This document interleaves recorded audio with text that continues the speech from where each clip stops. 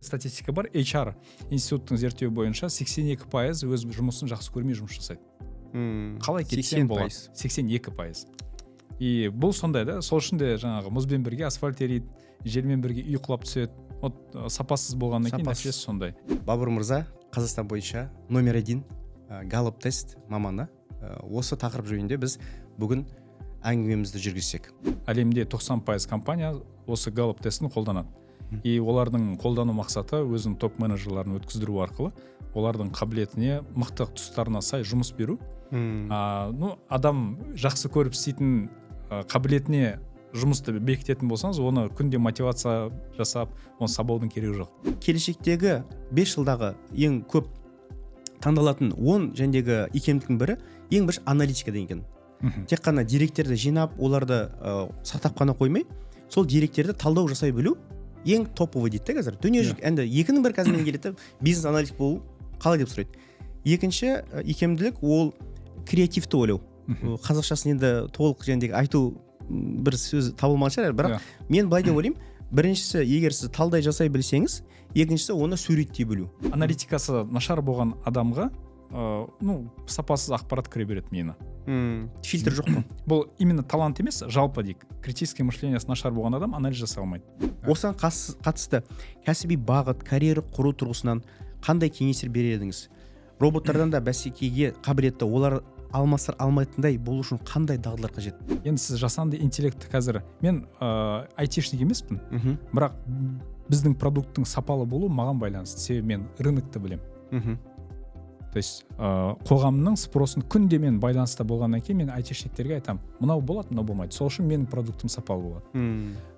Бұл жерде қайттан мен өзімнің жұмысымне бұл дәу компанияның бәрібір бір бөлімін ғана ұстайсыз ғой сіз. Вот сіз сол бөлімде сапалы болу керексіз. Инициативаны сіз таңдайсыз, сіз бағыт беріп отырасыз. Сол үшін қайттан адамдарға өзінің реально қызығушылығын бірінші очередте табу керек, мамандықты емес. Оқу ағарту министрлігінің статистикасы бойынша 66% вуз бен колледжді бітіргендердің өз мамандығымен жұмыс жасамайды.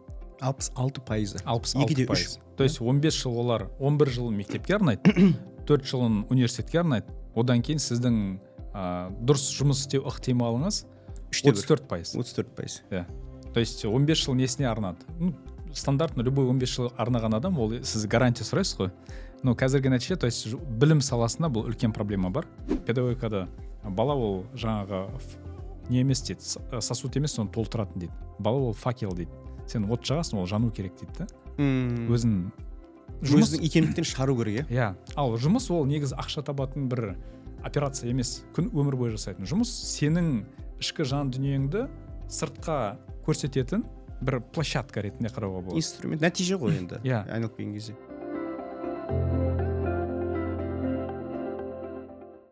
Қайырлы күн, Energy Podcast оқырмандары, тыңдармандар.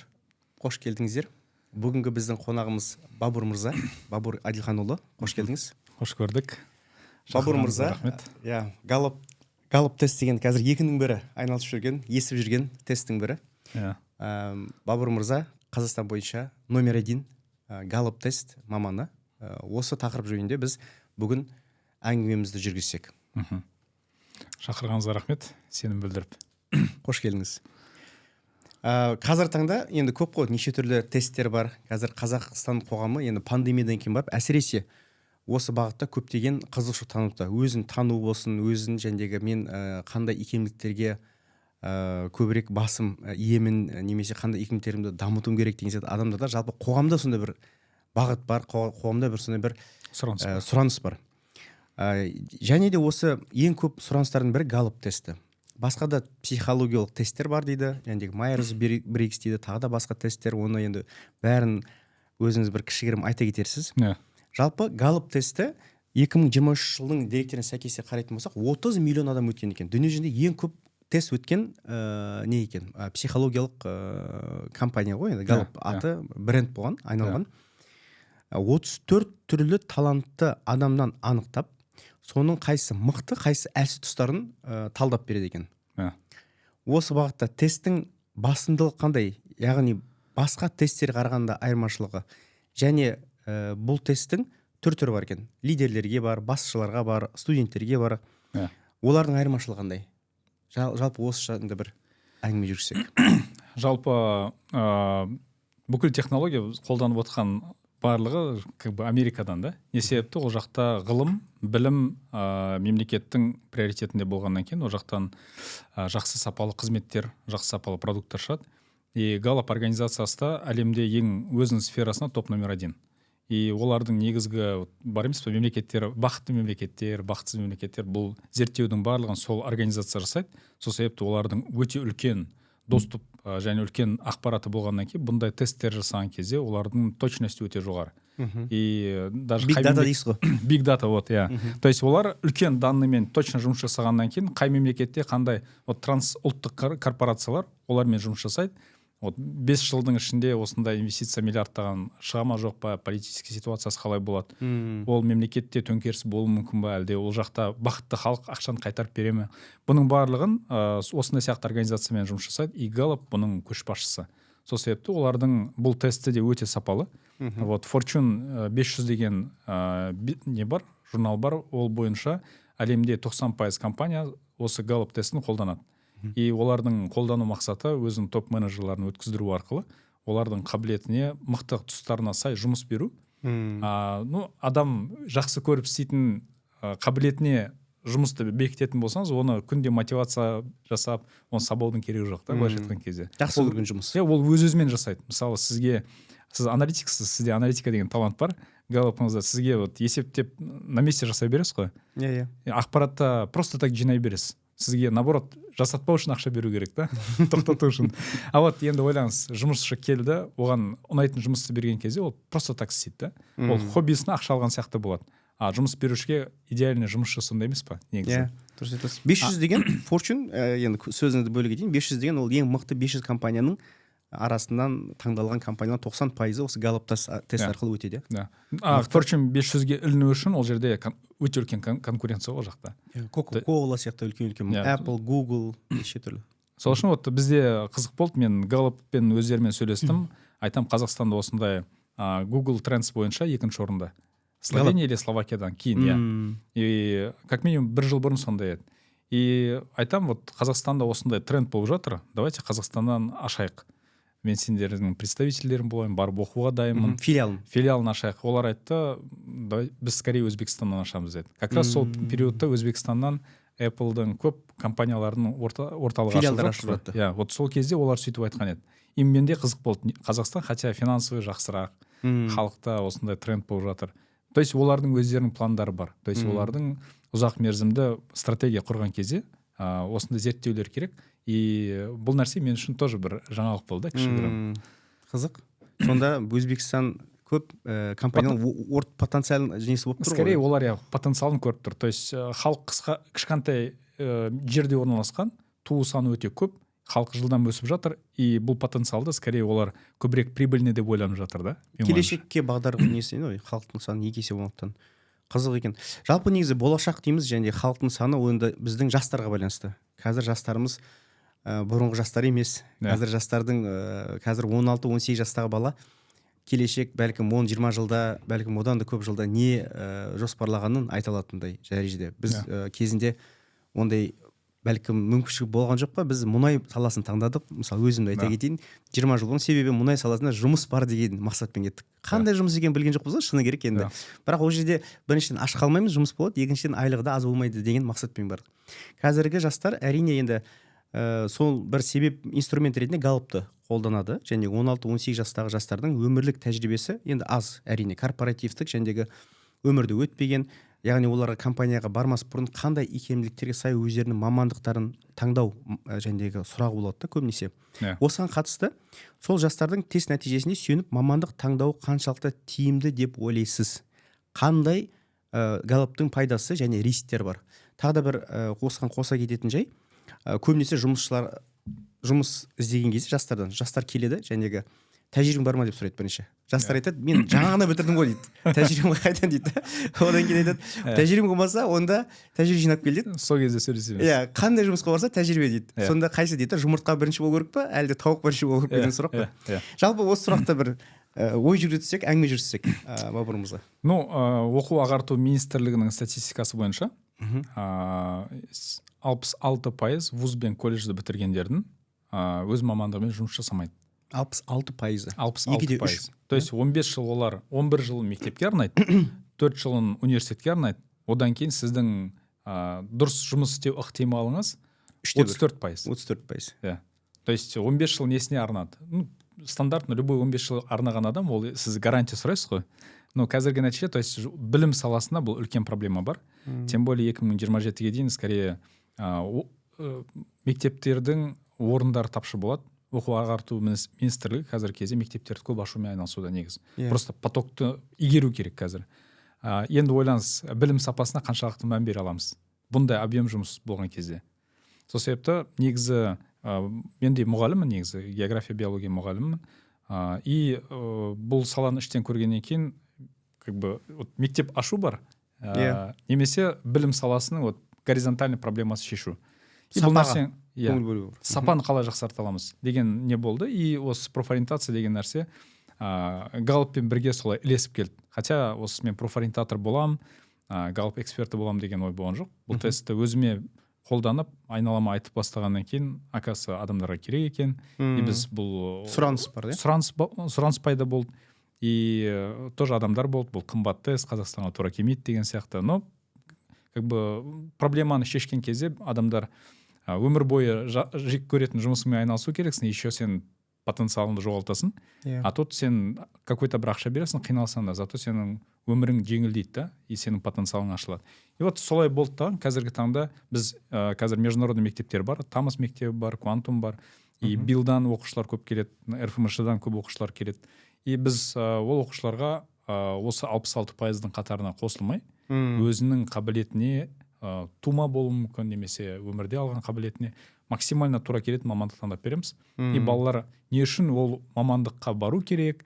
То есть 15 жылдан кейін сен тағы да 40 жылдай жұмыс жасайсың. 40 жылың белгісіз болған кезде не үшін 15 жыл жұмсау керексің? Қалай мотивацияң болып оқу керексің? Қиын ғой. Қайтадан, бастан.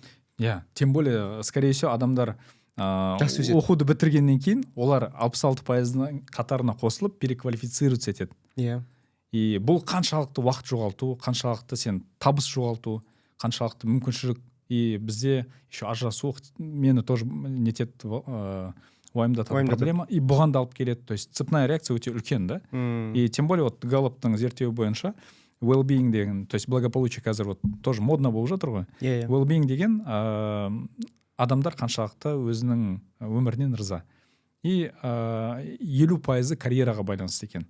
Сонымен қатар денсаулық бар, сонымен қатар финансовый жаңағы кәсіби мамандығын дұрыс таңдау 50% әсер етеді. 50% әсер етеді екен. Себебі олар былай түсіндіреді. Денсаулық та маңызды, мыналарды барлығы маңызды, бірақ мынау болған кезде мыналардың барлығы ұзақ мерзімді пайдалы болады. Ұзақ мерзім стратегиялық ең дұрыс шешім мамандыққа да қатты тиеді. То есть сіздің табысыңыз аз болса, конечно, как бы президент май емес, маргарин жейсіз. Ол қайттан сізге денсаулық ауру болып шығады. Дұрыс жерде емделе алмайсыз, бала-шағаңызды емделе алмайсыз. Немесе нетворкинг бар, ол да бір әсер етеді. То есть қоғамда сіз кіммен араласатыныңыз қайттан сіздің кәсібіңіз позволить етеді ғой. То есть егер білімсіз болсаң, скорее всего, аудиторияң тоже сондай болу ықтималы бар. Одан кейін тағы да жаңағы финансовый, физический тоже сондай денсаулыққа байланысты. Одан кейін ақша, хал жағдайы және адамның эмоциональный тоже жақсы состояниеде болуы тоже оның табысына байланысты. Жағдайына байланысты. Жалпы енді мамандық дедіңіз, 66% адам негізі көбінесе дұрыс таңдамайды. Қазіргі білім министрінің статистикасын қарасақ. Бізде де бір сондай жағдай болған 2018 жылдары. Ол кезде корпоратив үлкен мұнай компаниясына жұмыс істеген кезде 2-3 компания дүниежүзілік экономический форум арқылы бір институт жасаған. Бүкіл дүниежүзінде Қазақстан таңдаған. Қазақстанда сол үлкен 3 ірі компания Human Capital Development, адамдарды дамыту, адамдарды дамыту несін жобасын жүргізді. Біз сонда мақсатымыз университеттерді таңдап, сонда 2 университет таңдадық. Сол кезде сол университет студенттердің әрқайсынан бір сынып бізге берді, экспериментальный. Сол студенттерді дүниежүзілік ең мықты тәжірибеге сәйкес мұғалімдерді жабдықтау және оларда тәжірибе өткізу ең мықты компанияларда. Сонда бір 2 жылдық эксперимент жүргіздік. Сол кезде бір анкетирование өткізгеніміз бар. Анкетированияда сол кезде мұнай саласында, сол бір университеттің, енді айтпай қойған университет екен, 90% өз саласына жұмыс істемейді екен. сол университеттегі сол бітірген өткен жылдағы біз бір телеграмнан анкетирование жасаған, қанша студент бітірген. Сөйтіп бәрінен сұраса 90% істемейді екен да өз саласында. Енді негізі қанша кеткен рәсуаға уақыт, қанша грант кетті, қанша потенциал кетті. Енді өкінішке орай. Сондықтан сол дүниежүзілік экономик форумның енді тағы бір деректері ғой. Осы былтыр ғана шыққан бір дерегі бар екен. 44% дейді мамандық жуыр 5 жылда өзгереді дейді. 2023-25 арасында мамандықтардың тез өзгеретін уақыты қазір. Қазір мысалы бухгалтерияның өзін Каспи бір немен, бір кликпен дейді ғой жендегі. Декларацияңызды толтырып береді. Салықты уақытында төледіңіз бе, төледіңіз бе, дайындап береді бәрін. Қарап отырсаңыз, бір бухгалтерия профессиясы, бір заңгердің профессиясы қазір бір кликпен келісімді дайындап береді. Енді күрделі болмаса, келісімдер шаблоны бірдей. Яғни біз автоматизаттандырылған бір дәуірге келе жатырық. Яғни бариста да қазір робот жасайды.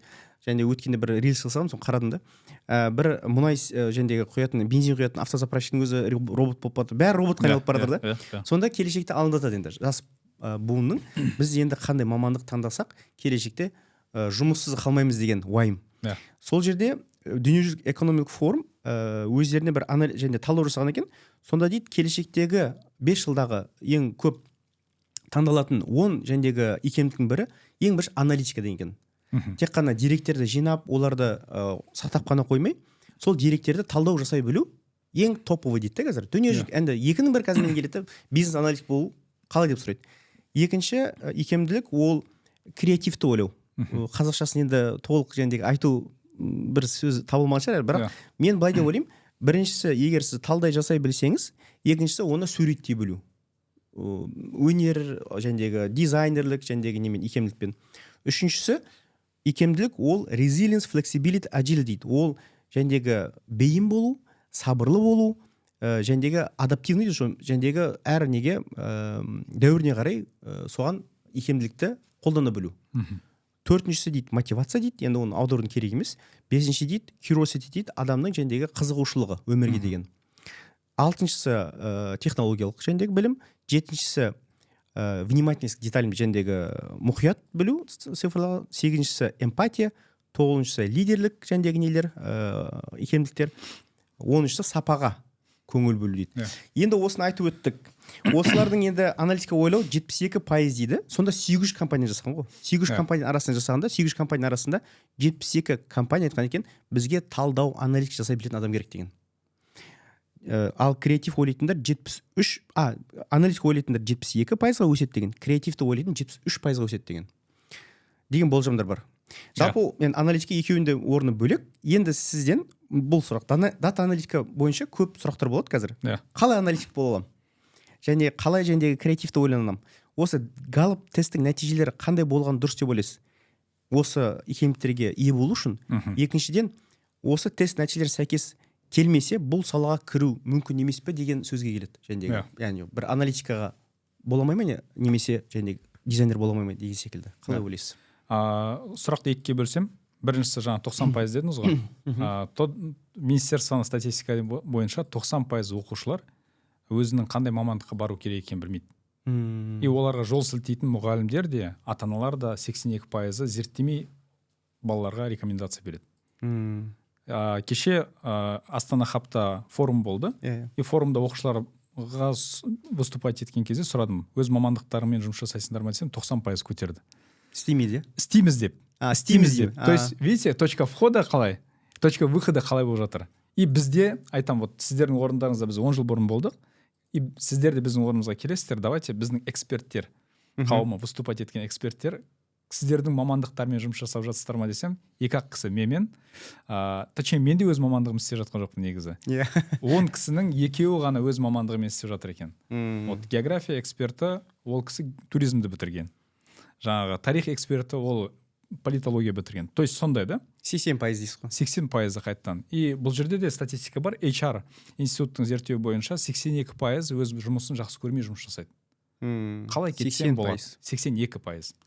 И бұл сондай, да? Сол үшін де жаңағы мұзбен бірге асфальт ериді, желмен бірге үй құлап түседі. Сапасыз болғаннан кейін нәтижесі сондай.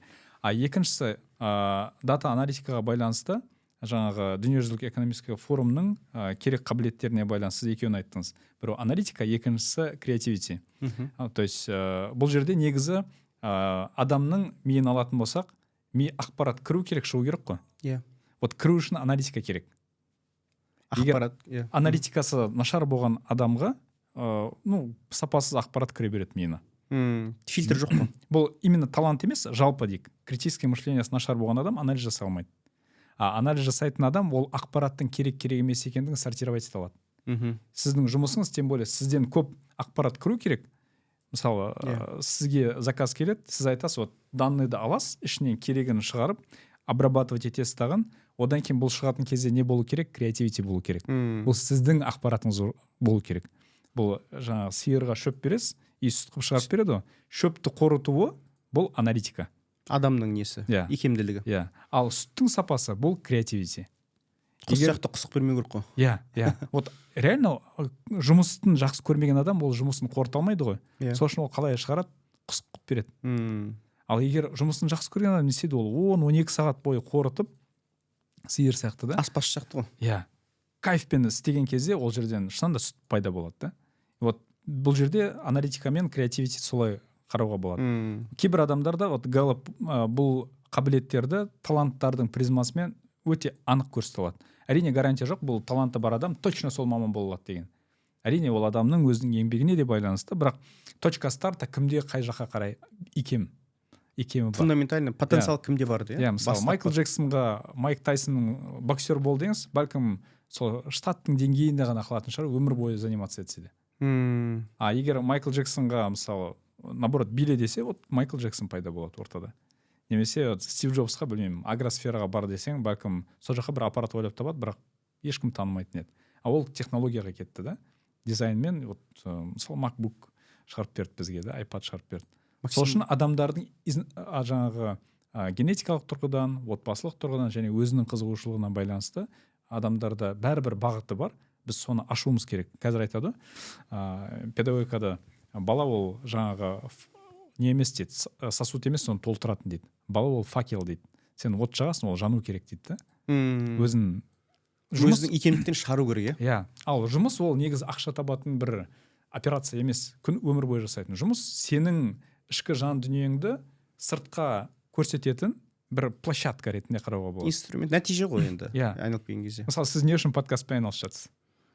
Ұнайды да? Сізде бірінші ұнау пайда болды ғой, қалау пайда болды ғой. Бұл қалау сіздің изначально сізде бар болған. Сізде ideation деген талант бар, жаңа нәрсе жасағыңыз келеді. Сізбен алдыңғы жыл бұны сөйлесіп едік, есіңізде ма? Сіздің кабинетіңізде жаңа микрофон бар еді, кішігірім бір жасап эксперимент жасаған едіңіз. 2 жыл бұрын. Уже 2 жыл бұрын, И вот солай да, бәрібір шықты, ол туылды да. Жаңағы 9 ай бала туылса, бұл подкаст деген нәрсе бәлкім 2 жыл ішіңізде өсті. Толғанып десеңізші. Вот осылай пайда болды да. Адамдар да сондай. Жаңағы көбінесе болады, балалар немесе үлкен кісілер келеді, даже кәсіпкер айтады, мен почему-то вот осы жаққа барғым келе береді, бірақ жұмысым енді ақша табу керек, өмірдің ағымымен осы жерде болдым дейді да. Жаңағы адам С100 ашқан, Қазақстанда ең үлкен С100 компаниялар бар, сеть. И үлкен кәсіпкер да. И айтады, мен IT-ға кеткім келетін еді, списоктарында IT шыққан, и қазіргі кезде IT проекттерге кірген, бірнеше стартап жасап, сатып, монетизация жасап, қазір сонымен айналысып жүр. Хотя оның негізгі бизнесі вообще S100 да. То есть кэш келіп жатыр, уже адам өзін мына әлемде өзін выражать еткісі келеді. Өзінің жәндегі көптен күткен және армандарына орындап жатыр. Жалпы жәндегі тағы да бір ойыма кетті да, жәндегі спортсмен дегенде Майкл Фелпс бар ғой, 8 рет әлемнің дүркін чемпионы болған. Майкл Фелпс дейді, соны ол негізі егер дене бітіміне қарасақ дейді да, оның денесі ұзын ғой, аяғы қысқа да. Егер дейді да, Майкл Фелпсті жүгіруге қолданатын болсаң, марафонға дейді, немесе жәндегі спринтерлерге дейді, ол ең соңғы болады дейді. Неге? Өйткені жүгірушілер үшін аяқ ұзын болу керек, дене қысқа болу керек дейді. Ал жүзушілерге керісінше дейді да, дене ұзын болу керек, аяқ қысқа болу керек дейді да. Сол қызық та, қарап отырсаңыз, әр адамның жәндегі дұрыс айтасыз негізі, талантын дәл қолдансаңыз максимально не аласыз да, эффект аласыз. Ал егер оны жәндегі жүгір деп қойсаң, әрине одан кейін сұрап отырмыз, сенен ештеңе шықпайды, сен ешқандай нең жоқ деп. И көршінің баласы всегда красавчик. Хотя ол көршінің баласы алдын ала әке-шешесі дұрыс бағыт берген, немесе бір мұғалім таңдаған. Қызық. Жалпы осы жасанды интеллект деген қазір енді актуальны ғой енді тема. Бізде компания тану AI деп аталады. То есть ол жерде жасанды интеллект. Кішігірім айтып өтсеңіз осы. бұл қалай болды? Жалпы профориентацияға келгеннен кейін балалармен жұмыс жасап бастадық. Әрбір бала уникальный болғаннан кейін еще оның ата-аналары бар, ар жақта өзінің қалаулары бар, еще оның мұғалімдері бар. Бұның барлығынан біз жұмыс жасаған кезде ұзақ уақыт алатын еді. Балаға сен оны жақсы түсінгеніңді дәлелдеу керексің, сол кезде ол мамандығыңды қабылдайды. Ата-анаға дәлелдеу керексің, сол кезде сен балаға ұсынғаныңды олар қабылдайды. Болмаса ата-ана қабылдамаса өзінікін пихать ете беруі мүмкін. И сол себепті немесе бала сопротивляться етеді кейде.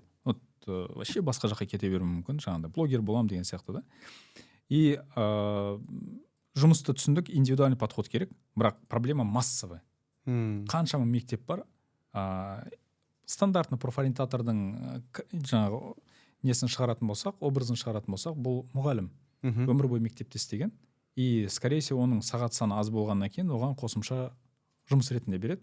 То есть ол өзін даже мұғалімдікте аша алмаған адам, скорее всего. Барлығы бірдей айтып жатқан жоқпын. И бұл кісі ойлаңыз, балаға потенциал, өмірде өсу керектігін, еще өмірінде айналысып көрмеген жұмыстарды ұсыну керек. Қалай ұсына алады ол? Жасанды интеллект қандай болады деген секілді әңгіме бар. Мысалы, жасанды интеллект туралы айту керек, барып оқып ал дейді да. То есть бұлай болмайды да. Бала ол әлемді ашу керекпіз біз. То есть ойлаңыз, пробканың жұмысы негізі суды ішетін жері ғой, шығатын жері ғой. Ол наоборот жабатын жер сияқты да. Ол маманның образы соответствовать етпейді ол нәрсеге. И тежейді ғой. Тежейді. То есть ол кісі как раз таки сіз математик мұғалімге барып есепте алмайтын адамды көрген кезде сіз математикаға желанияңыз қашып кетеді ғой. Айтасыз, мен мынандай математик болғым келмейді деген сияқты да. Профориентатор да сондай да. Мамандықты таңдаған келмей қалады бұл кісімен сөйлескеннен кейін. И алдыңғы жылы массамен жұмыс жасаған кезде бұл проблема бар еді, как раз жасанды интеллект шықты. И менде IT өнім жасаймын деген. И нәтижесінде екеуі бірікті даған, қазір IT платформа бар, бүкіл базовый ақпараттар. То есть былай айтайық, жаңағы стандартный мұғалім бар емес па? Мамандықтар білмейтін, баланың қабілеттерін аша алмайтын, түсінбейтін. Сол мына инструментті қолданған кезде любой профориентатордан мықты қызмет көрсету керек. Бұны қалай жасаймыз? Соны жасадық. Сіз екі нәрсені бірге қостыңыз да? Жалпы осы жасанды интеллект ақпарат үшін көп рахмет компания туралы. Енді осы компанияның жәндегі нелермен ой жүгіртсек, жасанды интеллект туралы мамандықтар басады деген үрей бар. Біздің келешек мамандықтардың көбісін 90 алып қояды деген несі бар, жәндегі қорқыныш бар. Енді шыны келсек, соңғы бір жылдың өзінде белсенді кіріп кеттік деп айтсақ та болады негізі. Қазір қаншама приложение шығып жатыр, мынаны жасайды, ананы жасайды. Дүниежүзілік экономикалық форум деректеріне сәйкес, енді дүниежүзілік экономикалық форум көп қолданамын, себебі бұл енді ең үлкен организацияның бірі да бұл салада. 4-ші индустрия деп айтты, қазір уже 5-шіге көштік деп. Енді жасанды интеллект, енді машиналық оқыту дейді, machine learning дейді. Бойынша жұмыстар 2023 жылы ең тез өсіп жатыр екен. Енді ол ақпарат және факт ретінде дәлелденген. Машиналық оқыту және жасанды интеллект, artificial intelligence жұмыс орындары алдағы 5 жылда 40%-ға жуық артады деген болжам бар дейді. Яғни бұның арасында қандай бар жәндегі 40%-ға сіздің компанияңызда да сол жасанды интеллект жобаларын іске асырып жатырсыз. Осыған қатысты кәсіби бағыт, карьера құру тұрғысынан қандай кеңестер берер едіңіз? Роботтардан да бәсекеге қабілетті, олар алмастыр алмайтындай болу үшін қандай дағдылар қажет? Қандай мамандықтарды бәлкім таңдау керек қазірден бастап жас маман келешек? Бұл жерде екі нәрсе бар. Екіге бөлейін. Эдкранчта айтты, жыл сайын мамандықтары 30%-ға қабілеттер адам жаңарып отыру керек. И 6 жыл сайын как будто адам переквалифицироваться еткен сияқты, перепрофориентация жасаған сияқты болады. 6 жыл сайын. 6 жыл сайын. Сіз 6 жыл бұрынғы өзіңіздің жұмысыңызбен бүгінгі салыстырсаңыз болады. Немесе мұғалімдердің жұмысын салыстырсаңыз болады. Уақыт жылдам өзгеруде бәрібір адамдарға өзгерісті қазір заман талап етеді. Бұрында жаңағы 30-40 жыл жұмыс істей береді. 30-40 жыл жұмыс істесең болады. Бұрында авторитет сол еді. Мен 40 жыл осы жерден пенсияға шықтым десе, адам молодец дейтін еді. Сен кімсің дейді ғой. Иә. Қазіргі таңда наоборот, сен қысқа уақыттың ішінде қандай результат көрсеттің деп сұрайды. Қазіргі кезде даже компанияларға сұрақ сондай. Маңызды емес сенің қанша жыл істегенің. Соңғы жарты жылдың ішінде қандай результат көрсеттің, соны сұрайды. То есть қазіргі заманның шарттары басқа. Бұл жерде екі түрлі подход бар. Өспейтін адамдарға бұл стресс және проблема. Өспеймін деген адамдарға бұл стресс және проблема. Ал өсем деген адамдарға бұл мүмкіншілік. Енді ойлаңыз, сіз бұрында енді тапсырасыз, түспесеңіз өмір бойы трактор айдауға кететін едіңіз. Ал егер түссеңіз гарантия еді. өмір сүресің. Қазіргі таңда сіз әр жарты жыл сайын, даже ұбт-ны жарты жыл сайын тапсыратын мүмкіншілігін ашып қойды. Әр жарты жыл сайын сізге мүмкіншілік ашылады, и сіз егер де бұл шарттарға сай келетін болсаңыз, сіз тез өсіп кете аласыз. Бұрынғыдай 30-40 жыл жұмыс істеу керек емес. Міндетті емес. Қазіргі таңда сіз заманыңызды егер де дұрыс түсініп, соған байланысты жұмыс жасай алсаңыз, бұл наоборот мүмкіншілік. Адамдар ойлады ғой, экскаватор ойлап тапсақ, мыңдаған жұмыссыз қалады. Қалды ма? Скорее жоқ. Жаңа комбайн ойлап тапқан кезде мыңдаған жаңа шөп оратындар жұмыссыз қалады деді. Хотя бәрібір аштық сол аштық та. Әрқашанда жұмыс табылады, жаңа жұмыстар шығады. Сапалы адамдарға әрдайым жұмыс табылады. Енді бұл жерде сұрақ пайда болады, жаңа сіздің екінші сұрағыңыз сапалы қалай болу керек? То есть мамандықты қалай таңдау керек? Ол жерде мәселе мынандай. Даже вот айтайық та, искусственный интеллектке байланысты жұмыс адамдар ойлайды, значит сөйлейтін адамдар керек емес болып қалады. Немесе ойланбайтын адам. Аудармашы керек емес. Аудармашы керек емес, тот же бухгалтер керек емес дейді. Енді сіз жасанды интеллектті қазір, мен айтишник емеспін, бірақ біздің продукттың сапалы болу маған байланысты. Себебі мен рынокты білем. То есть қоғамның спросын күнде мен байланыста болғаннан кейін мен айтишниктерге айтамын, мынау болады, мынау болмайды. Сол үшін менің продуктым сапалы болады. Бұл жерде қайттан мен өзімнің жұмысым не? Бұл дәу компанияның бәрібір бір бөлімін ғана ұстайсыз ғой сіз. Вот сіз сол бөлімде сапалы болу керексіз. Инициативаны сіз таңдайсыз, сіз бағыт беріп отырасыз. Сол үшін қайттан адамдарға өзінің реально қызығушылығын бірінші очередте табу керек, мамандықты емес. Бірінші адам өзіңіз табасыз, өзіңізді тапқан кезде сіздің әлемге қарайтын көзіңіздің ішіне қарайсыз ғой, сырттан емес та. Мақсат қой. Сіз өзіңіздің ішіңізден қалай қарайтыныңызды көрген кезде, мысалы, позитивность жоғары болған адамдар әлемді позитивті түрде көреді. Сол үшін любой адам оның қасына келген кезде өзін өте жақсы сезінеді. Сол үшін адамдар тартылады ол адамға. Магнит сияқты. Магнит сияқты. Ол маған не сатасың, сатшы деп тұрады. Қандай услуга сатқың келеді? Бәлкім бұл адам позитивный болған үшін сату саласына бару керек. Ол айтишниктер қандай адамдар? Сатумен айналыса ала ма олар? Адамдармен сөйлесе алмайды. Олардың мықты тұсы миын ойлаумен саусағын жұмыс жасауында. Бірақ тілі жұмыс жасамағаннан кейін олар даже түсіне алмайды, не айтқысы келіп тұрғанын. И түсіндіре алмайды, не айтқысы келгенін. Бұл жерде ортада вот жаңағы тимлид, проект менеджер, продуктолог деген сияқты IT-дің сол мамандары бар. Сол саланың ішінде отдельно сөйлесуге жауапты мамандары бар. Сататын, сөйлейтін, и айтишниктердің өздерінің өз арасында түсінбейді негізі. Көп нәрсе, көп IT проекттердің ұшпау себебі ол жерде команданың арасында мискоммуникация көп болғаннан кейін ойланатын адамдар көп, бірақ сөйлесетін адамдар жоқ.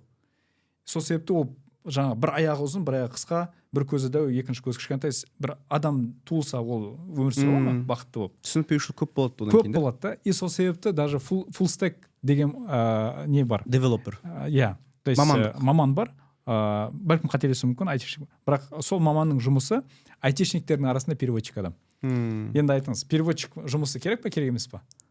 Керек, бірақ басқа түрде керек. Басқаша форматта керек. Басқаша сферада керек. Сол үшін адамдардың мамандық таңдау, вот қазір 5 минутта вот цифраға байланысты деп айтады, бәлкім попадать етеді. Бірақ бұл адам күрделі болғаннан кейін бұл кішігірім күрделі жұмыс. Біз 8 кездесу жасаймыз бір балаға дұрыс мамандық таңдау үшін. Себебі 80 жыл өмір сүретін адамға таңдау жасап беруге көмектеседі. Кездесу 1 сағаттан, жобамен. Примерно сондай. То есть ол жерде баламен 5 сағат жұмыс жасап болған кезде ата-ана келіп барлығын талқаны шығару мүмкін.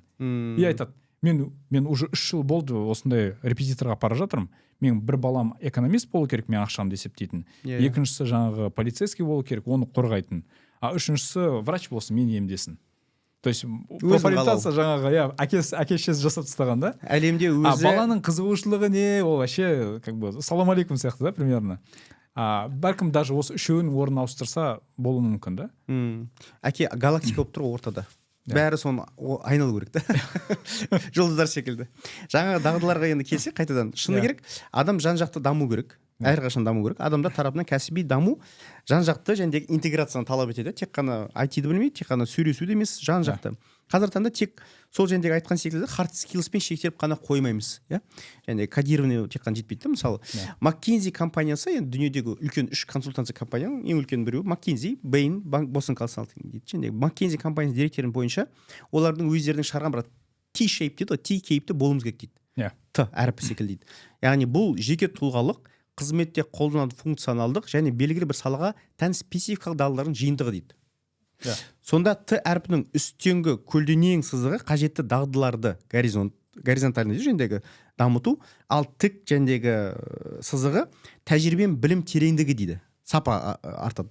Осындай маман болуға ұмтылу үшін галыпта және жалпы қандай дағдыларға назар салған дұрыс? Және т шейп, yani T-shape дейді, т әрпін. Олар әлсіз жақта болса, қандай стратегиялар қолдану керек дамыту үшін? Осы бағытта қандай пікірдесіз? Жалпы, то есть бұл жерде мамандық таңдаудың өзі бәлкім жарты жұмыс негізі. Екіншісі карьераға байланысты стратегия қалыптастыру керек. Біреудің мотивациясы отбасы, біреудің мотивациясы абырой болуы мүмкін. А біреудікі реально эффективный болу, өзімен жұмыс жасауды жақсы көреді, біреу ақылды болу керек. Бұл жерде адамның жаңағы мотивациясы не екендігін және оның қабілеттері қай жерде екендігін анықтау үшін осы галоп тапсыратын болса, таланттардың порядығына қарай четко көруге болады адамның ойлану, шешім қабылдау тәрізін. Енді алғашқы жаңағы бәлкім 30 жасқа дейін, негізі 30 жасқа дейін тидің мына ұзын вертикальный несі бар емес па? Сызығы. Бұны біз примерно hard skill деп алсақ болады. Hard skill сол маманның сапалы эксперті болу керек. Любой адам келген кезде барлығы кәсіпкерлер операционкадан шыққысы келеді, мамандар бизнесқа өткісі келеді. Жаңағы, то есть барлығы асығыс, тем более вот Инстаграмды көріп алаттан, анау осып кеттім дейді да, ол адам түнде жұмыс істеген көрмейді ғой. Бірақ сахнаға шыққанын көреді. И бәрі сразу сахнаға шыққысы келеді да, түнде жұмыс істемей. Сосын не айтамын деймін сахнада? Неғып мен жүрмін, анау неғып жүрген жоқ. И вот солай болады да. И біз вот 27 даже страховой компаниялар 27-28-ден кейін олардың тарифтары өзгеретін үшін адам уже отбасы ақылы, даже фронтальный жаңағы ми уже дамиды, адам саналы түрде шешім қабылдау сапасы артады. Сол үшін 27-28-ге дейін желательно адам өзінің хард скиллдарын дамыту керек. Қай салада эксперт. Бұл жасқа дейін адамдар мысалы 25-ке дейін 3 жұмыс ауыстырдым десе, адамдар түсіністікпен қарайды. Бірақ 30-да 3 жұмыс ауыстырдым десе, соңғы 1 жылдың ішінде адамдар жындысың ба дейді. Сол үшін 25-ке дейін адам эксперимент жасай алады өзінің үстінен. Бірақ эксперимент жаңағы барды агросферада істеп көрді, одан секірді маркетингқа, одан шықты, білмеймін, жаңағы айтишникке. Ондай болмайды да. То есть бірі екіншісін бірізділік болу керек. Қолда дополнительный жауап тұру керек қой. Бірінің үстіне сен істеп көрдің, 50% дұрыс келді, 50% дұрыс келмеді. Сіз не істейсіз, 50%-ын алып тастайсыз, қалған 50% қосасыз, келесі жұмыс орында болуы мүмкін. Немесе сол жұмыс орында да болуы мүмкін. Және не болды? Қосқан 50-дің ішінде тағы да 25-і дұрыс емес екен. Зато 75% бар сізде дұрыс. Келесі этап солай адам 28-30-ға дейін мен өзін табады. Бәлкім біреуде 35 те болуы мүмкін. Ол нормально. Немесе 100-ге толды, 30-ға келді. Ол 120-140-та болуы мүмкін. Не обязательно 100-бен шектеліп қалу керек. Сапаны арттыра беру. То есть сапа арттырады. Адам уже вот карьерадан қаншалықты адам өскенін қалай көруге болады? Сіздің жеке өзіңіз атқаратын жұмысқа үлгере алмау керексіз. Рынок сізді қалау керек. Сұраныс болу керек. Сізге сұраныс болып, сіз үлгере алмаған кезде ғана сіздің моральны өсуге, көбірек ақша талап етуге, позиция талап етуге, партнерство талап етуге, сол кезде сізге есік ашылады. Бізде сразу партнерство секіргісі келеді. Сразу бастық болғысы келеді. Не үшін? Не істедім да мен саған кресломды берейін да? Жоқ жерден. Жоқ жерден. Сен әлі маман емессің, 2 жұмысының біреуі қате. Не үшін кәсіпкерлер Қазақстанда тұрақсыздықтан бұрын жаңағы бағанағы бар емес па? Тәжірибемен сұрайды. Не үшін кәсіпкерлер тәжірибелі маман сұрайды? Тәжірибесіз адамның жарты жұмысы нашар. Сен еще оны дұрыстаумен айналысу керексің. Сапасыз болады. Сапасыз болғаннан кейін сенің абыройың түседі. Сен табыс жоғалтасың. Сен оған мәселе 100 000 теңге экономить етуде емес. Сен жоғалтқан 2 миллион теңгеде проблема. Кәсіпкер жақсы ақша беруге дайын. Любой жұмыс сапалы адам ақша беруге дайын. Мәселе сенің жұмысың сапасы қаншалықты дұрыс. Егерде адам 50% қате жұмыс жасаса, сенің 100-дің ішінен сен табумен әлек боласың.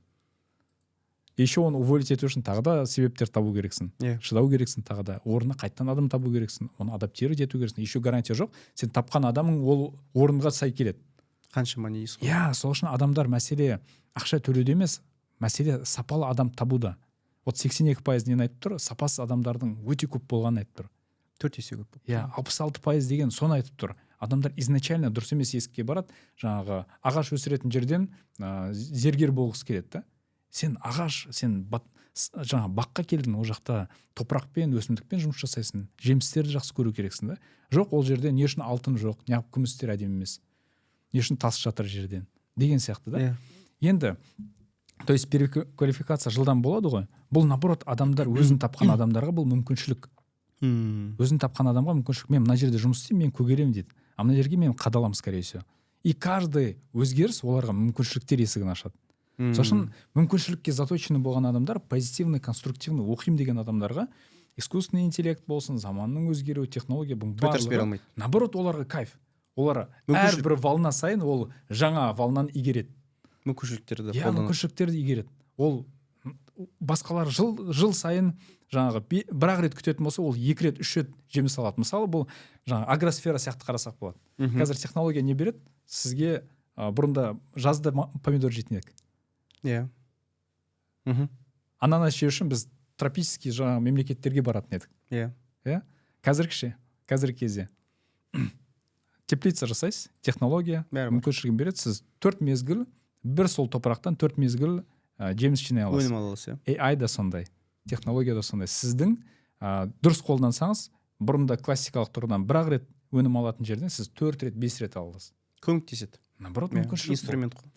Просто бұл қайттан адамның өзін тапты ма, және ол әрекет етуге, жұмыс істеуге, көзқарасына, дайын ба, жоқ па? Мотивациясына, жалпы көптеген түсінім. Күшті. Негізі мүмкіншілік ретінде қарау керек қой. Конечно, ол мүмкіншілік. Өмір, яғни тоқтап қалмайды дегенім ғой бұмен одан сайын бір жаңа бір неге белестерді жаулай береміз. Енді мынау Галлап институтының деректеріне сәйкес тағы бір ақпарат қызық та, ұлт, жыныс, жас және нәсілге байланысты болмайды дейді. Жыныс бойынша енді еркек, әйел жәндегі әйел еркек ең үлкен айырмашылығы 2 талант бойынша ғана байқалған дейді. Ол аналитика мен эмпатия дейді. Енді түсінікті, аналитика кімге эмпатия. Десе де жыныстар арасында таланттардың айырмашылығы тек 4% ғана екен. Көп емес. Жас айырмашылығы бойынша футуристик таланты ересектерде гөрі жастарда көбірек кездеседі екен. Бәлкім белгілі. Бірақ алдын айтқандай айырмашылықтар үлкен болмағасын әр адамға жеке қарау керек. Яғни бәрін жалпылама стереотип оқуды ғой болмайды. Осыған қатысты ойыңыз қалай? Әйелге, еркекке тән бөлек-бөлек қасиеттер бар ма, және жас пен кәрі жәндегі кісілерге де бөлек нелер болу керек пе, икемділік? Тәжірибеңізде қандай деректерді осыдан байқадыңыз өзіңіз? Мен сертифицированный коуч емеспін негізі Галлап бойынша, бірақ соңғы 3 жылдың ішінде 1300 профессиональный консультация болды. 1300 адамға консультация болды. В среднем 2,5 сағат, 3 сағат арасы. То есть мынандай бұл есептелмейді. 3000 сағат қой енді жоба. Жоқ, одан көбірек. Одан да көп, где-то 5000 сағат. 5000 сағат. Иә. И бұл консультация где-то 500 шақты топ-менеджер өтті. Мысалы, сіз топ-менеджерсіз. Сізбен бірге командаңыз жинақтадық мысалы, да? Сіз өзіңіз кәсіпкерсіз. 2 жылдың ішінде. Иә. То есть үлкен адамдар өтті. Соған қарай сүйенетін болсақ, жалпы мемлекеттерінде средний нелері бар. Қазақстанда мысалы релейтор топта, responsibility топта. Әйелдерде де шынында эмпатия және инклюдер сияқты таланттар көбірек топта болады. Инклюдер дегеніміз? Мейірімділік. Еще бұл менің тәжірибемді де абсолютно истина ретінде алмау керек, себебі Галлап тапсыратын определенный аудитория. То есть $30 төлей алатын және консультация төлей алатын адамдар. Сол себепті біз ортадан төмен дейік та, жаңа финансовый благополучие. $60 қазір? $60. Одан төмен болғандарды біз точно білмегеннен кейін біз четкий картина айту қиындау. Бірақ бар болғандардың арасынан қарайтын болсақ, жалпы қыздарда relationship building сәл көбірек болады. Себебі олардың табиғаты бала тәрбиелеу, ошақты жаңағы иесі болу, ұстап қалу. То есть олардың табиғи, биологиялық, физиологиялық жаңағы ерекшеліктері сол таланттардың жоғары болуына әсер етеді. Ер кісілерде шынында executing және strategic influence тың ішінен influence сәл көбірек келеді, себебі рисктарды көп алу керек, мүмкіншіліктерге ашық болу керек, қоғамды жаңа талқация етіп өзінің орнын табу керек деген сияқты да. Сол үшін еркектерде influence көбірек болады. Жаңағы strategic пен executing алатын болсақ, бұл плюс-минус бірдей десек болады негізі. Еще жаңағы айтқаныңыздай жаңағы елбасы кезінде айтқан, ол да басқа біреудің цитатасы. Жас кезінде бунтарь, шал кезінде консерватор болмағандардан қорқу керек дейді. Не үшін? Сіз жасыңыз есейген сайын сіздің тәжірибеңіз сізге более спокойный шешім қабылдауды талап етеді. Байсалды боласыз. Тойда мысалы дискотекада шал көрмейсіз ғой. Не үшін? Ол спокойно. В основном. А жастар не үшін? Дискотекада энергиясы көп та. Ол жерде креативный болу керек, энергиясы көп. Сол үшін футуристик деген шынында жастарда көп болады. Не үшін? Футуристик болашақ қой. Баланың әлі болашақта өмірі. Ол кәрі болам деп стандартына солай ойлаймыз ғой. Кәрі болып қайтыс болам деген сияқты. Сол үшін олар болашақты көбірек ойлайды, армандайды. Сіз енді 80-ге келген кезде болашақ не болады деп ойламайсыз. Көбірек қандай қателіктерімді дұрыстасам, ар жаққа дұрыстап дайындалсам деп ойлайсыз. Контекст. Ол жақта уже контекст деген сияқты, аналитика деген сияқты таланттар. Солар көбірек болуы мүмкін. Бұл физиологиялық, бұл жас ерекшеліктеріне байланысты. Бұл еще менталитет тоже әсер етеді. Мысалы оңтүстіктің коммуникациясы мен солтүстіктің коммуникациясы әртүрлі жұмыс жасайды. Еще мысалы біз қалалар алдыңғы жылы Петропавл, Көкшетау және Талдықорғаннан басқа барлық қалада болдым. Осы галлап профориентация бойынша.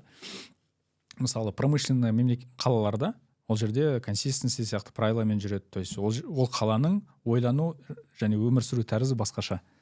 Тұрақтылық. Мысалы Өскемен, Қарағанды, ол қалалар қалай пайда болған?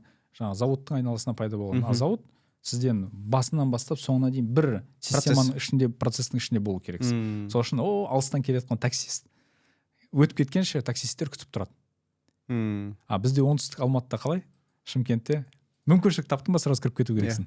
Темада болу керексің да. Сол үшін оңтүстіктің менталитеті басқаша, себебі ғасырлар бойы саудамен көбірек айналысқан, жібек жолының үстінде орналасқан. Сол үшін менталитет айырмашылығы бар. Немесе отбасыда жаңағы үлкен ұл болуы мүмкін, оның естественно жауапкершілік таланты көбейіп кетеді. Себебі артынан брачкілер бар, жаңағыдай братандары бар, барлық содан қарау тұрады деген сияқты да. Ата-анасы үлкен үміт артуы мүмкін. Енді түсінікті ғой, кенже үйде көбірек қалады қара шаңырақта да. Ол изначально уже сыртқа шығуға дайындалады деген сияқты. То есть бұның барлығы әсер етеді. Сол себепті ол кездесу сөйлесу барысында бұл детальдарды учитывать ету арқылы бір шешімге келу керек негізі. Енді өзіңіздің жеке тәжірибеңізге келсек, Бабур мырза, сіздің галлапты талқыласақ кішігірім. Сіз қанша рет тапсырдыңыз галлапты? Мен 2 рет тапсырдым галлапты. 2 рет тапсырдыңыз. 2021 жылы февральдың 20-сына тапсырдым. 2021 февральдың 21-інде бір тапсырдыңыз, одан кейін? Одан кейін 19 сентябрь 23 жылы тапсырдым. 2 жыл 6 ай 29 күн дегенде екінші рет тапсырдым. Енді сол бірінші 19 жыл дедіңіз, 19 жылы. Сол 19 жыл мен 21 жылдың арасындағы? 21 мен 23. 21 мен 23. 21 мен 23-дің арасындағы бірінші және екінші тапсырған кезде қатты айырмашылық болды ма? Жалпы сіздің бірінші сол галлаптыңыздың 34 икемділіктің топ 5-і, 10-і қайсы болды? Сосын 2 жылдан кейін қайсы ауысты? Ауысуға қандай себептер болды? Вот экранға шықса бірінші галлап. Ол жерде бірінші тапсырған кезде мен оқу орталығым бар еді, Орал қаласында тұратын тұғым, 2 балам бар еді. И тапсырған кезде мен түсіндім, менің плюстарым мен минустарым реально осындай екендігін. И менің бірінші сұрағым, ё-май, бір парақшада соншама мінезді айтуға бола ма деген сұрақ пайда болды. Вот менің инфлюенс төмен, вот оранжевый блокты көрсеңіздер төмен, ол жерде мен сатудан қиналатын тұғым. Сату, адамдарды басқару деген сияқты да. Бірақ стратегия көп ойланатын тұғым, көп ақпарат жүктейтін тұғым. Және адамдармен жаңағы терең қарым-қатынастан ләззат алатын тұғым. Сізде жасыл көп екен, жасыл көп болды. Вот 5, 6, 7, 8, 9. 1 деген ең мықты талант, 34 деген ең әлсіз талант. Вот жанып тұрған таланттар, бұл мықты таланттар. Және бұл мықты таланттарды көрген кезде мен көп жауапкершілік алатынын түсіндім. Өзімнің жақындарыма, отбасыма қатты переживать ететінін түсіндім. Көп ойланатынын түсіндім. Соншалықты көп ойланам, практикадан алыс қалып қояды екен, көп ақпаратым. Жаңағыдай бар емес па? Философ болғансыз ғой. Философ, вот сондай да, ойшыл сондай болған. Бірақ әрекет етпейтін ойшыл. 3 жыл бұрын, 3 жыл бұрын. Ақпанның 2-сі дейсіз. Вот, как раз сәл асыпты, 3 жылдан. Вот сондай еді. И мен реально түсіндім, не үшін адамдар мені байқамайды, тыңдамайды, себебі мен оған мән бермейді екенмін. Пандемия периоды, дәл пандемия кезі адамдарды басқару деген нәрсе уже жоқ. Біз команданы распускать еттік, себебі 4 қалада 6 оқу орталықтарымыз бар еді. Сол 3 жыл бұрын, И одан кейін жаңағы сондай период еді. И бұны түсінгеннен кейін түсіндім, жалпы жауапкершілік аласың, аяқтамайсың, бұл проблема ғой. А мен жауапкершілік алам, ачивер деген талантым төмен болғаннан кейін аяқтаудан қиналатын тұғым. Келесі этапта не істедім? Жауапкершілік алатын болсам аяқтай аламын ба жоқ па деп ойлайтын болдым. Екінші этап. Иә. Сол себепті вот менде екінші галопта респонсибилитимен бірге ачивер екеуі бірге тұр, почти подряд тұр. 7-8-9. 7-8-9 фокус бар екен, И бұрында 2 болған үшін мен көп жауапкершілік алатын болсам, тез алатын болсам, қазір асықпай алатын болдым. Так, бұл жауапкершілік. Ойланып аласыз. Күшім жете ма жоқ па? Мен істеу керек па, істеу керек емеспін ба? Бәлкім 100 емес 50 жасаймын. Керек па, керек емес па? Ертең. Бұл адаммен стоит, не стоит. Уже саналы түрде шешім қабылдау деген менде жаңа процесс басталды. Иә, процессте бұл мен талантымның құлымын ба, әлде наоборот талантымның басшысымын ба? Адамдар я деп қояды, неғып я дедім деп өзін түсінбей отырады ғой. Иә. Я деп отырмын. И вот келесі этапта мен сол ойлағаннан кейін бұл таланттар мен басқару керекпін ғой дедім. Бұл Құдайдың маған берген инструмент болатын болса, значит, маған басқар деп берді. Бер келіңдер таланттар, короче, бұдан кейін менің правилам бойынша жұмыс жасаймын. Дұрыс. Солай басталды. И жауапкершілік алатын болса, мен аяқтай алатын жауапкершіліктерді алып бастадым. Одан кейін шама жететін, керек. И ойланатын болсам да, бұл білім практикаға өте ма жоқ па? Практикаға өтпейтін болса, демек білім қазір керек емес. Мен жаңағы көп тамақ жей беретін адам сияқты білім ала беретін тұғым, бірақ ол жегеніңді қорыту керек және жүзеге асыру керек қой. Келесі этапта мен солай ойладым. Так, мен білім алам, практиковать етем, практичный білім алам, немесе алған білімді практиковать ету керекпін. Екеуінің уравнениясын қойған кезде менің стратегиям реттелді. Сондықтан равномерно шықты да қазір, төрт жағы да. Не обязательно, бұл жерде де не обязательно. Вот бұл негізі кішігірім дұрыс емес интерпретация. Не себепті адамдар тең болса бұл жақсы деген сөз емес. Тең болса деген жақсы сөз емес. Таланттар қалай тұруы мүмкін? Бұл әркімде әртүрлі тұруы мүмкін. Вот Клифтоннан сұрайды, қай таланттың орналасуы, қай талант маңызды деген кезде өзінің талантын дұрыс түсініп, басқара алғандар өмірде бақытты болады дейді. Сол себепті мен даже бірінші галоп менің негізгі мінезім болуы мүмкін. Бірақ жұмыс істеген кезде, өмірде өзіңіздің қалауларыңызды реализация кезінде бәрібір сіз рөлдерден рөлге өтесіз. Мысалы, отбасыңызда көбірек мейірімді боласыз, себебі бала, келіншек, ол жақта жұмсақтау болу керексіз. Басшылық рөлі сізден талапшыл болуды талап етеді. Сіз результатты көрсету керек, себебі мейірімді болып, айлық төлемесеңіз, олардың отбасы қиналып қалады. Сол үшін результат үшін кейде адамдарға ұнамайтын іс-әрекетке барасыз, бірақ ол түбінде бәрібір пайдалы. Немесе жаңа қоғамның алдында көмектесу. Сіздің отбасыңыз қиналмау керек, кәсібіңіз қиналмау керек, бірақ қоғамға бәрібір үлес қосу керексіз. Кейбір адамдар бар, қоғамға барлық 100% энергиясын жұмсайды, отбасы, өзінің карьерасы өспей қалады. Страдать етеді. Иә. Бәріне пайдалы, бірақ өзіне пайдасы болып қалуы мүмкін да. Дұрыс айтасыз. Негізі айтады ғой, әр нәрсенің өзі әдемі дейді. Мысалы, гүлге қарайсың, әдемі. Ал кейбір заттар нәтижесімен әдемі дейді. Ұнатпайсың, бірақ оның нәтижесі әдемі болған үшін соған мысалы сабыр етесің деген сияқты. Сол екі неге келіп тұр. Алып қосарыңыз бар ма өзіңіздің галопқа? Екінші галопта менде нелер приоритеттер өзгергеннен кейін бірінші галопта мысалы мен көп ойланатын, қоғамның проблемасын шешуге тырысатын, бірге бір жұмыс жасайтын адам болсам, екінші галоптың нәтижесінде мен көп үйренетін, дәл сондай стратегия өз орнында. Бірақ білімді масштабированиемен айналысып жатқан сфокусированный адам. Бұл операционкаға жата ма, әлде масштабированный жата ма? Масштабированный жатады. Екеуі де бар. Біріншісінде мен көбірек, вот галоптың сіз одан бұрынғы сұрағыңызда сұрадыңыз, көп тесттер бар, жаңағы басшыларға арналған тест деген. Басшыларға арналған тестінде сіздің позицияларыңыз тоже көрсетеді. И вот бұл жерде бірінші позиция менде эксперт позициясы болса, мен бір нәрсені күшті зерттеп, бір істің супер маман болу керек. Білім саласында супер маман болу деген галоп болса, екіншісінде бұл білімді қалай масштабқа жеткіздіруге болады және продукт жасауға болады. Сондай галоп. Екінші кезеңі дейсіз ғой. Иә. Ал енді Бабур мырза, менің кішігірім галопты талқылап жүрсек, соңғы бір этап ретінде сізден өз галопымды тоже сізден өттім. Бабур мырза 2 жыл бұрын, 2021 жылы. Енді осы жерде бірінші галопта ол кезде мен жалдамалы жұмыста істедім, үлкен мұнай компаниясында істедім. Сол кезде менде стратегиялық жағы басым болған. Енді қатты емес, бірақ жаңағы input, аналитика, контекст дейді, deliberative, consistent, competition, maximizer, connectedness, empathy, accelerator. Осы туралы кішігірім бір талдауыңызды айтып жіберсеңіз, өйткені біз бұны өттік, бірақ көрермен, оқырманға, тыңдарманға бәлкім қызық болар деген мақсатта. Ол кезде мен жалдамалы жұмыста болдым.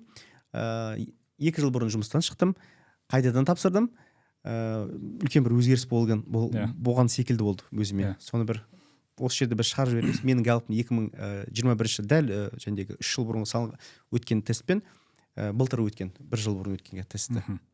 Сіздің Галлапыңызға келетін болсақ, біріншісі сіз 2023 жылы ноябрьде тапсырғансыз, қараша айында. Біріншісі 2021. Сіздің жоғарғы линияны қарайтын болсақ, бұрында сіз білім зерттеу, ақпаратты өзіңізге есте сақтау және оны қорытумен айналысқан болсаңыз көбірек. Қазіргі таңда қоғаммен ықпал етумен көбірек айналысасыз. Инфлюенсер жағынан. То есть сіздің стратегик бұрында бірінші орында болса, қазіргі кезде 3-ші орынға түскен. Қазіргі таңда сіз инфлюенсер 1-ші орынға көтерілген. Сол үшін де біз осында отырмыз. Кәсіп ретіндейсіз ғой. Сіздің жұмысыңыздың инфлюенсі ықпал ету. Сіз қазіргі таңда біліміңізді жұмысқа айналдырумен және ықпал етумен айналысып жатсыз. Солай ғой? Одан бұрын сіз немен айналысатын едіңіз? Білім алатын едіңіз, және ол біліміңіздің айналасында адамдармен күшті қарым-қатынас құратын едіңіз. Содан кейін жұмыспен ықпал етуге мән беретін едіңіз. Сіздің 4-ші орында тұрған инфлюенсіңіз 1-ші орынға көтерілді. Не үшін? Сіз тек қана ойланумен компания басқара алмайсыз. Дұрыс. Сіз қазір сөйлесумен, басқарумен, жұмыс сапасын контроль жасаумен, энергияңызбен компания басқарасыз. Сол үшін қазіргі кезде сіздің кәсіпкерлік рөліңіз сіздің ықпалыңыздың өсуін талап етеді. Алдың қатарға өтіп кетті солай. Одан кейін не үшін сіздің 2-ші орында тұрған LH Building 4-ші орынға түсті? Бәлкім сіз адамдарды бұрында күшті танитын едіңіз және оларды сезіп, оларды бір-біріне күшті байланыстыратын едіңіз. Қазіргі таңда адамдарды күшті таңдайсыз. Бірақ олармен көп байланысу жоқ. Себебіне қазіргі таңда сіз масштабированиемен айналысқан кезіңізде әрбір жүздеген адаммен терең тығыз қарым-қатынас орнату мүмкін емес. Жұмысыңыз сізде тағы да 14 адамыңыз бар, жаңағы айлық алу керек. Мына жақта клиенттеріңіз бар, тағы да 100 компания мысалы сізді күтіп отыр. Не істеу керек? Сіз масштабпен жұмыс жасау керексіз. Уақытты тиімді қолданасыз. Сіз бұрында мысалы 8 сағатыңызды 4 адамға жұмыс жасаңыз 2 сағаттан, қазіргі кезде 8 сағатыңызды 100 адамға жұмсау керексіз. Сапа азаяды. Бірақ сіздің задачаңыз қазіргі кезде басқа. Приоритет беру ғой. Приоритеттерді өзгертесіз. Сол себепті сіздің қарым-қатынас құру деген бәлкім төмендеді. Жұмыс істеу деген сіз 3-ші орыннан 2-ші орынға көтерілген. Атқарушылық. Сіз өзіңіз атқару керексіз. Себебі қазір тем более сіз операционкадасыз. Пока компанияны выстраивать етіп жатсыз, сіз ішінде болу керексіз. Жүйе құрғанға дейін. Жүйелендіргенге дейін сіз өзіңіз жұмыс істеу керексіз. Сол үшін сізде экзекьютинг өскен. Жүйелендіру кезінде, жұмыс істеу кезінде не обязательно каждый раз көп ойлану керексіз. Бизнес қазіргі таңда бизнеста қате шешімге қараған кезде шешімнің ұзартылуы көбірек проблема.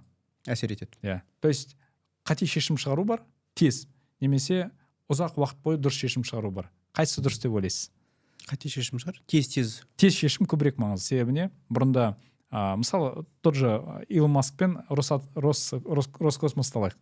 Қазір Ресейдің нелері, ракеталары пока серийный производствоға шығам дегенше технология дамытам дегенше. Технология ескіріп қалады, сол үшін ол уже невыгодно оны өсіру. Ол ракетаны құрастыру. Жаңа проектке вкладываться етеді.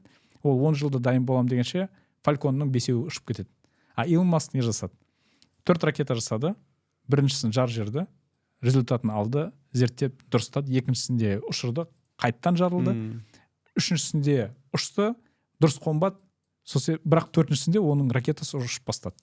Идеальный болу шарт емес? Идеальный болу шарт емес. Сіз кәсіпкерлікте қате жасау ықтималыңыз өте жоғары. Даже сіз қате жасауыңыз керек. То есть қазір кезде фейл көш түзеледі дейді ғой жендегі. Жүре түзеледі. Сіз эксперт болған кезде сіздің басшыңыз сізге задача берді, абыройды жаңа компанияны подставлять етпеу үшін сіздің жұмысыңыз қателік жасамау. Эксперттің жұмысы қателік жасамау. Және сапалы продукт жасау. Басшының жұмысы көп эксперименттердің нәтижесінде ең дұрыс шешімге келу. Сол үшін сіз қазір басшы болуыңыз сізден көбірек жұмыс жасап, қателіктерді тезірек жөндеумен айналысу керек. Себебі рынок өзгерген кезде сіз по-любому қателесесіз. И ол нормально қателесуіңіз. А эксперт сіздің жұмысшыңыз қателессін, сіз қалай қарайсыз оған? Ол басқа енді, иә. Әсер етеді ғой. То есть әсер етеді емес, сіз айтасыз, вот бізге контракт келді. Сен цифраны үтірді дұрыс қоймаған үшін біз 10 есе аз ақша таптық. Иә. Немесе 10 есе ақша төлеуіміз керек. Ықпалы жоғары. Қалай? Сізге қателік репутация. Эксперимент, сіздің жұмысшыларыңыздың қателік жасау несі сізге өте чувствительный болады. Yeah. Сіздің жұмысыңыз жұмысшыларыңыздың қателігін азайту. Басшы өзіңіздің экспериментіңізді көбейту керек. Иә. Сол себепті кейбір екі түрлі жұмыс қой кәдімгідей. Сіздің роліңіз өзгерген үшін сіздің ойлану тәрізіңіз де 2 жылдың ішінде өзгерді. Сіз өзгергеннен кейін қазіргі таңда өзіңіздің стратегияңызды пересматривать ету керексіз. Бұрынғы сияқты жұмыс жасау сізге тура келеді. Тез динамика. Сол үшін де мысалы вот қазір бір ассоциацияның үлкен кәсіпкерлер өтті, миллиардтан асқан обороттары. И ол кісілерде айтады, мен әттең білген кезде, себебі ауырып құлаған кезде, больницаға түскен кезде мен делегированияның маңыздылығын сол кезде ғана түсіндім. И өмір мені заставить етті дейді. Делегированиямен айналысу. Оған дейін пахать еткен. Өзіне алып алған. 25-ке келем дегенше солай жұмыс істеген. Жүкті алған. Қап дейді. Вот ертерек білген кезде дейді, да. Солай. Бір кісі тоже айтады, туысқандарын бәрін жұмысқа алып, қазірге дейін соңғы жылда үйрендім, жұмысшы оказывается туысқан алмау керек. Бізде туысқаншылымыз ғой. И одан кейін түсінбейсің, оны шығара алмайсың, оның жаңағы көкесіне түсіндіру керексің, ана мамасына түсіндіру керексің. Шығарайын десең, оның тәтең звондайды, тағы жаңа жұмысшы мамаң звондайды. И сен жұмысыңды жұмыс істеу керексің ба, әлде қоғамға бір пайдалы істеу керексің ба, әлде сен туысқандарың бағу керексің ба? И ол енді сепарация жасап жатыр да, бірақ қаншама нервпен, қаншама тәжірибеден кейін ауыр. То есть кәсіпте ол тәжірибе, ол ақша төлеу керексің по-любому. Или абыроймен төлейсің, или ақшамен төлейсің. Ол кісі бәрімен төлеп шыққан да. Вот сондай қызықтар. Ештен кеш дейді ғой бірақ. Иә, бәрібір жақсы. Бәрібір жақсы. Лучше 55-те тәжірибе жинау, чем 60-қа қараған кезде. А лучше вообще 18-де мектеп жасынан бастап примерно білу. Тез бастап. Керемет, Бауыр мырза, бүгін өте ауқымды, өте пайдалы. Негізі бір подкасттың әңгімесі емес, галоп деген. Бәлкім әр адамның галопы бір подкастқа бәлкім симайды деп ойлаймын. Сондықтан әлде подкасттарымыз болады? Иншалла, Құдай қаласа келешекте. Сол бүгінгі келіп осында подкастқа қонақ болғаныңызға көп рахмет. Рахмет сізге де. Келесіде күтеміз. Былай жасайық, көрермендерімізге айтайық, астына подкастқа кімді шақырғысы келеді? Айтайық. Кімді шақырғыларыңыз келеді, соны астына жазыңыздар. Біз Әбекемен соны ұйымдастырумен келесіде ол кісіге бәлкім галоп подарить етеміз. Егер бар болса, студиямызға шақырып, оған біз өмірдің жолын разборын жасайық. Кәсіптік жолын. Кәсіптік. Сіз галоп жағынан айтасыз, мен сол кісінің кәсіп жағынан аналитикасын жасап беремін. Давайте біз солай жасайық. Ондай болса, сіздер міндетті түрде кімді көргілеріңіз келеді, осы подкастқа кімдер шақырғыларыңыз келеді, міндетті түрде жазыңыздар. Біз сонымен айналысамыз. Рахмет. Сізге де үлкен рахмет. Көріскенше аман болайық. Сау болыңыздар. Сау болыңыздар.